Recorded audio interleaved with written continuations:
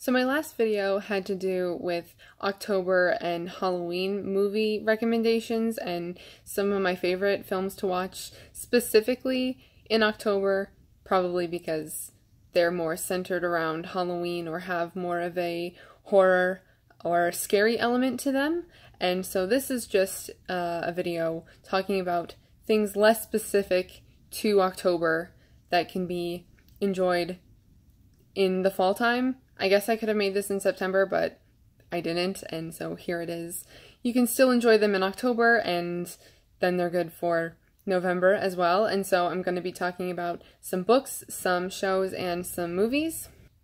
And these are just some things that I, for some reason, associate with fall. Just like the fall time is a good time for these things in particular for me. Yeah, I'm going to start with some books, and in particular, I like to read more historical fiction, classics that are Gothic classics or Victorian era classics, and nonfiction. So I'm going to start with my favorite author, Kate Morton, and this is her book, The Distant Hours. This is actually like my least favorite of her books that I've read, but it's still like amazing. It's just the one that I talk about the least. But it definitely evokes more of a Gothic style. I think that it is like Shirley Jackson and Charlotte Brontë, like in terms of the writing and the way that the story is.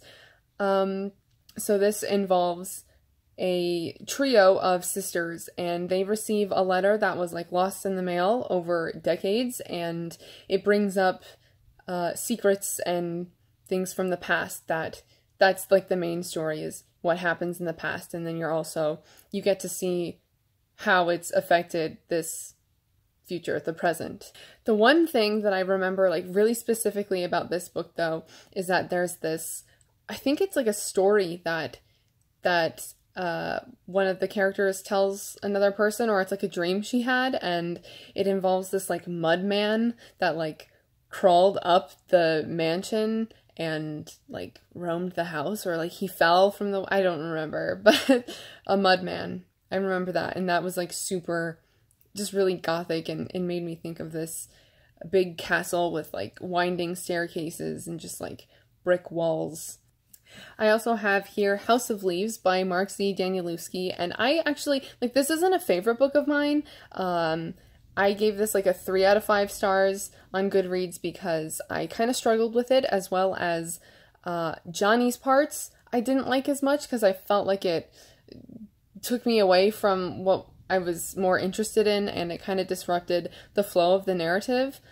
So I had to give it a 3 out of 5, but I still think like the Navidson record part of this book is really interesting, and just I wonder what it would be like just to read that part and not Johnny's footnotes or annotations. So House of Leaves is a big book, but some of the pages are full of text, and other pages have like weirdly structured text, or, oh, I went too far. Oh, there's also appendixes with like some photographs of things. Here's a page that literally just has one word on it, and the other page doesn't have any words on it. Let's find a really weird one. I mean, there's this one. I don't know how well you could see that. I just kind of held it up in front of my face. This is oddly structured. It's a huge book, though. That is like half a lot of text and half not a lot of text. This is about Johnny, and he finds House of Leaves, this book, amongst the things of a dead person's apartment. Like, him and his friend go to this apartment where the owner has just died, and he finds this House of Leaves book and starts to read it, and he kind of has this like mental breakdown because of it, and it involves the Navidson record, like that's what he's reading. And so most of the book is the Navidson record, but then you also have like this. It has the line, and then this is a different text. This is a different font. So this is like Johnny's footnotes, what he's like adding into House of Leaves. And then this is like the regular text of the House of Leaves book that he's reading. Yeah, and I was more interested in that text, the Navenson record, which is about this man, Navenson, who buys this house, and it starts like messing with the house is just like messing with itself, and it is weird. I think of this book, and I think that it would be like a great adaptation if David Lynch directed it. Like, it's such a David Lynch kind of book, because like particularly this door shows up in the hallway, and they're like, when did this door get here? And then they open it, and it's like sort of closet size, and the inside measurements are bigger than the outside measurements, if that makes sense. And then it becomes not a closet, but then like a hallway. And then it becomes a hallway with like another hallway. And then it just becomes this huge labyrinth, basically. But like, how is that possible? And that's what I was mostly interested in. So that's why I recommend this book. It's just like, I don't know, maybe it's just the fact that Leaves is in the title, and it makes me think of fall. I also think The Secret History by Donna Tartt is a great novel for the fall time, but I read this in June, and so it's in my June favorites video. So if you want to hear my thoughts on that, I'll just link it in the description and in the card. And then I have some classics. I'm going to start with Dracula by Bram Stoker. I read this last year and just really enjoyed it. I had never experienced the actual like story of Dracula, only ever more sort of modern adaptations in the way that we think about Dracula nowadays, which is very much about Dracula, and I feel like Mina Harker and Jonathan Harker are less of characters that are known today. It's very much about like Dracula. So, yeah, I really recommend this. And then a couple of favorites on BookTube. Jane Eyre by Charlotte Brontë, which I would actually really like to reread soon. At one point, I have a fondness for it because of the way people talk about it in videos, but I didn't enjoy it as much as I wanted to, or as like I think other people did, or do enjoy this book, which is about Jane Eyre. And I also read Rebecca soon afterwards, and I very much prefer Rebecca to Jane Eyre, and so I think that's another reason why I just like Jane Eyre isn't a favorite of mine, but Rebecca is. Rebecca is by Daphne du Maurier, and it has a lot of similarities to Jane Eyre. This one is just more, has more of a mystery to it, and is more suspenseful and atmospheric, I think.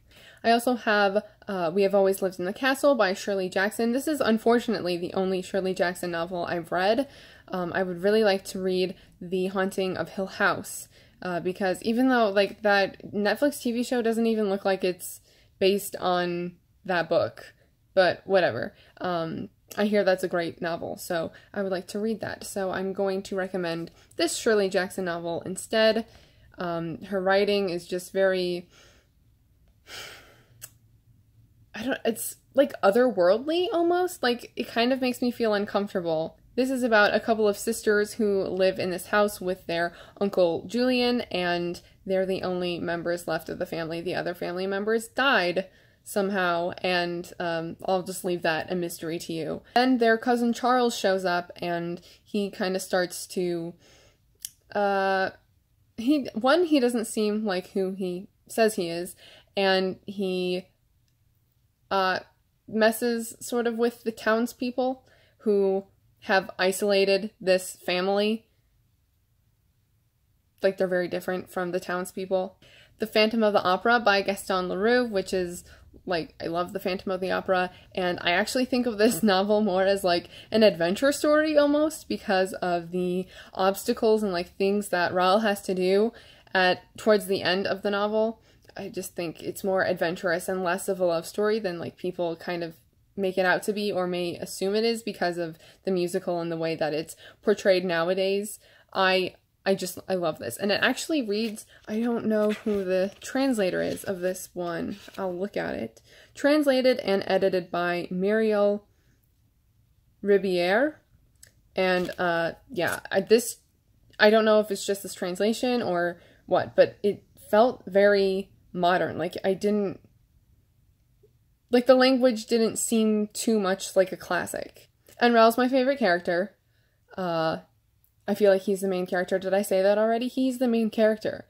And he's the only one, like, some people think that he's kind of whiny, but, like, wouldn't you be if this, like, there was this guy named Emeric that everyone was calling, like, he's not, I don't even actually think he's called the Phantom of the Opera in this. He's just Emeric, and he's, like, starting fires and crashing the chandelier on the audience of the opera house and kidnapping your fiance, and everyone's just like, we're just gonna let him do it.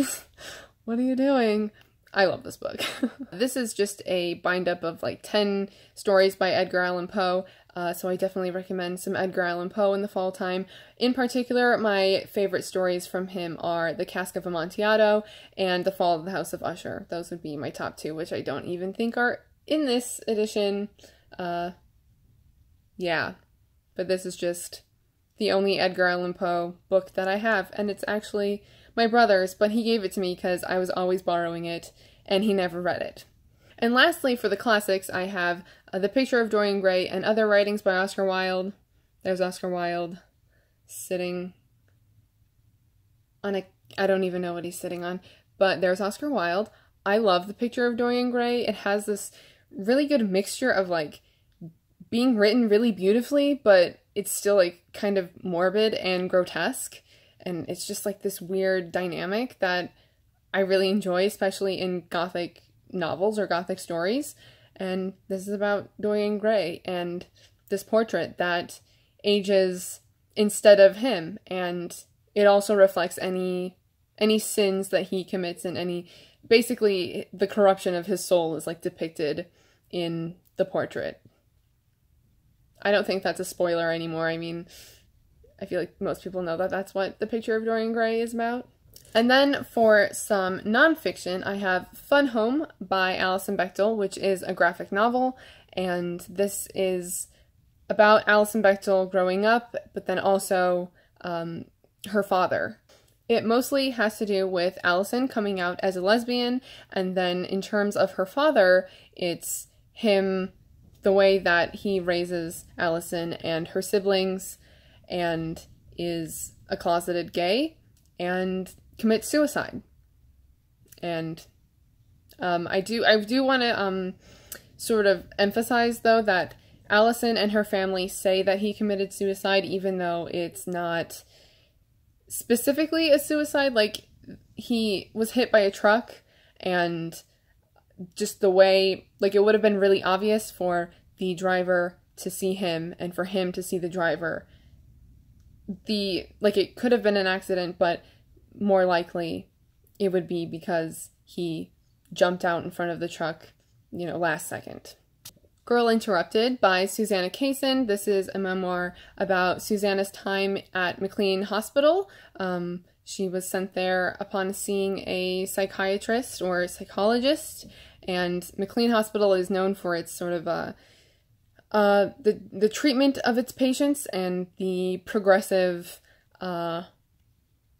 treatments and processes that it does in terms of mental health. And specifically, Susanna Kaysen, I'm pretty sure, has borderline personality disorder. Yeah, it's about her time at McLean Hospital and the other people who are also there. And then lastly, for books, I have the Unabridged Journals of Sylvia Plath. It's her journals, and this is also humongous. I love Sylvia Plath. And now I am going to talk about some movies. I have 6 recommendations, I guess. First, this is like in no particular order. I'm going to start with River's Edge. This is from 1986. It is directed by Tim Hunter, and sorry, there's like a lot of glare right there. This is about this group of friends, and one of the friends just like randomly kills one of the other friends, this girl. And her body is found, and it's just sort of how it fractures them as a friend group.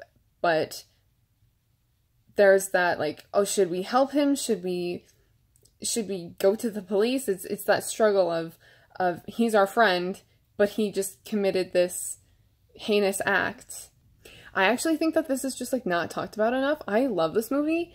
It has a great cast. And as well as part of the cast is this like blow up, is it a sex doll? Or no, it's just, is it a mannequin? Is it a mannequin or is it a sex doll? But Dennis Hopper has that, well, Dennis Hopper's character.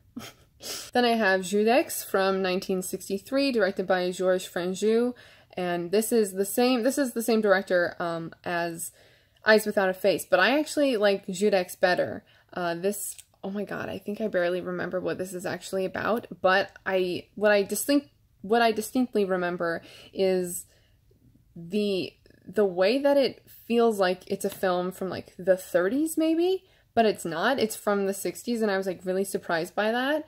And I think it has to do with sort of this superhero.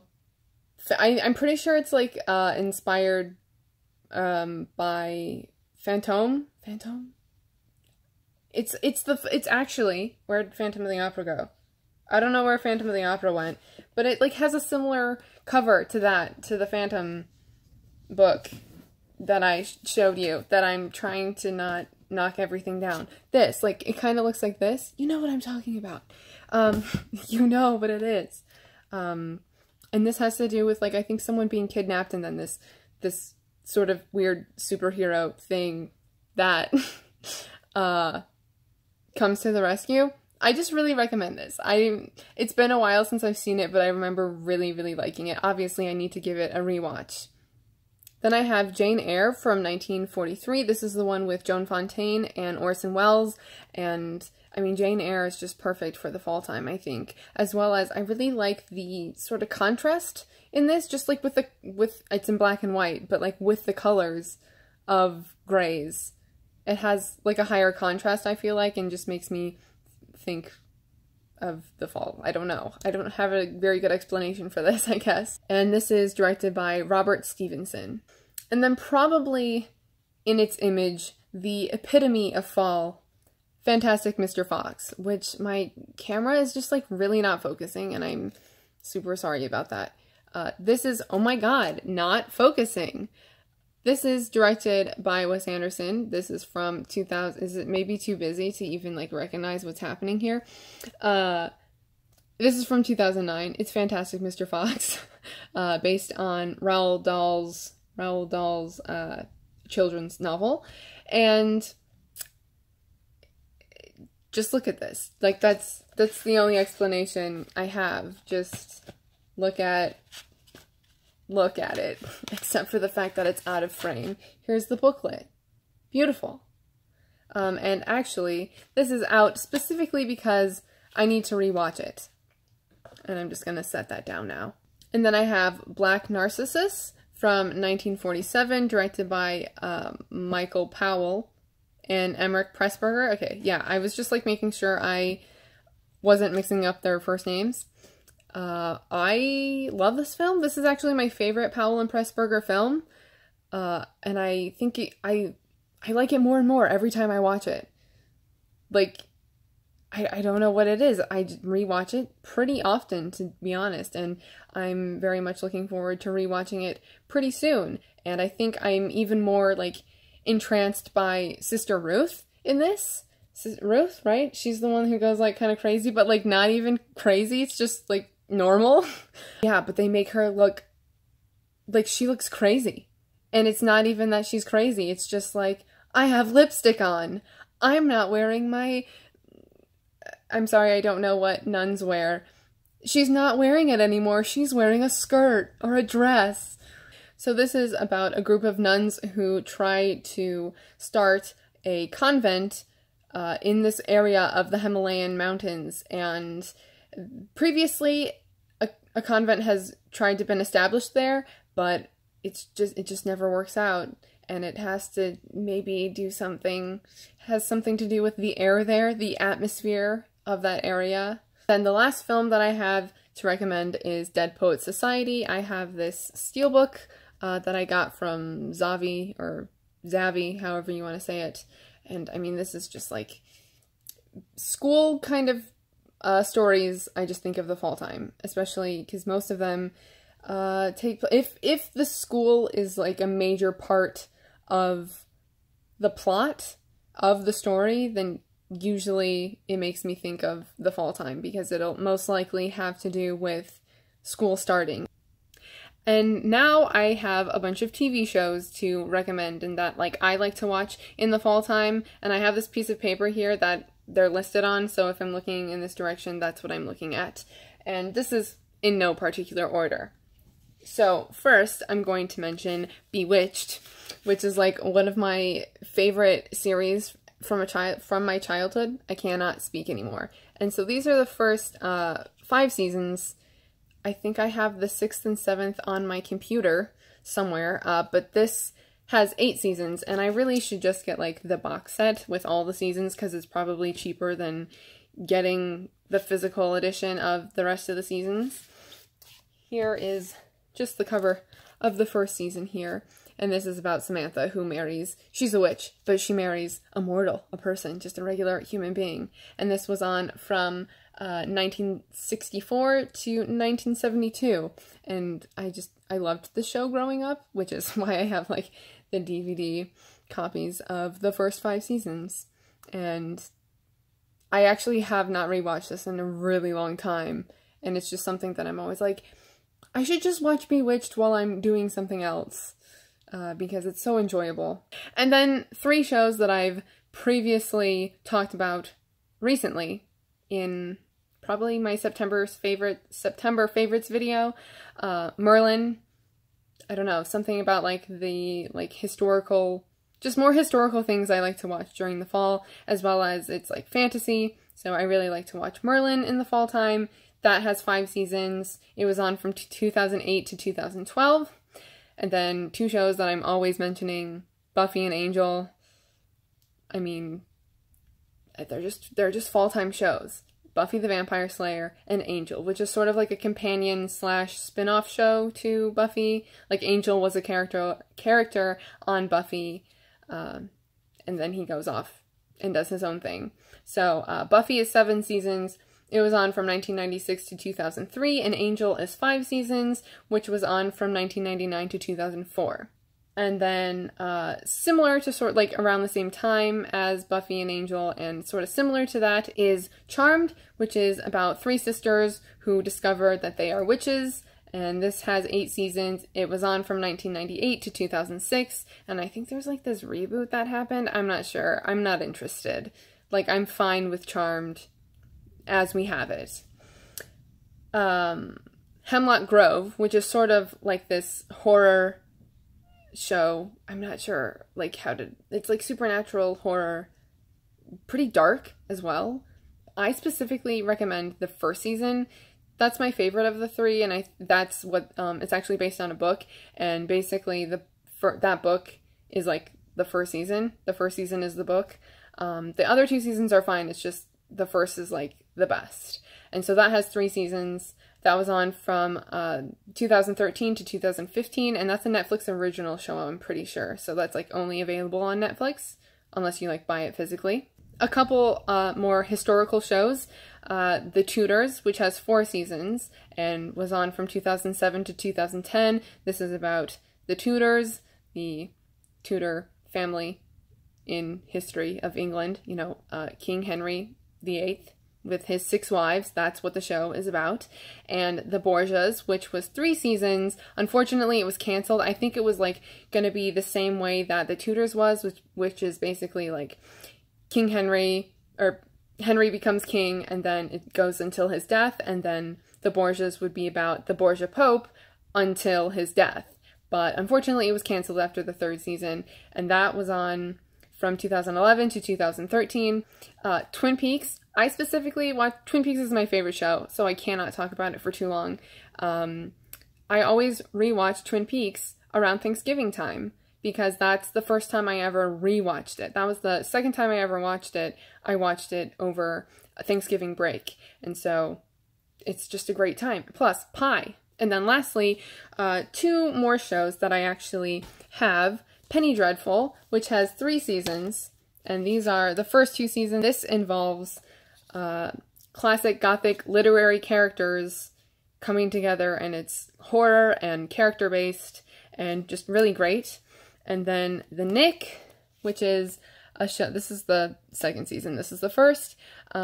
This is a show that has to do with medicine at the turn of the century. So it takes place in like 1900 or like 1902 or something like that. So those are my recommendations. I'm about to run out of time, so I hope you enjoyed this, and tell me what you like to read and watch in the fall time. And sorry, this is going by. I'm like trying to wrap this up really quickly. So yeah, thank you for watching, and I will see you in my next video.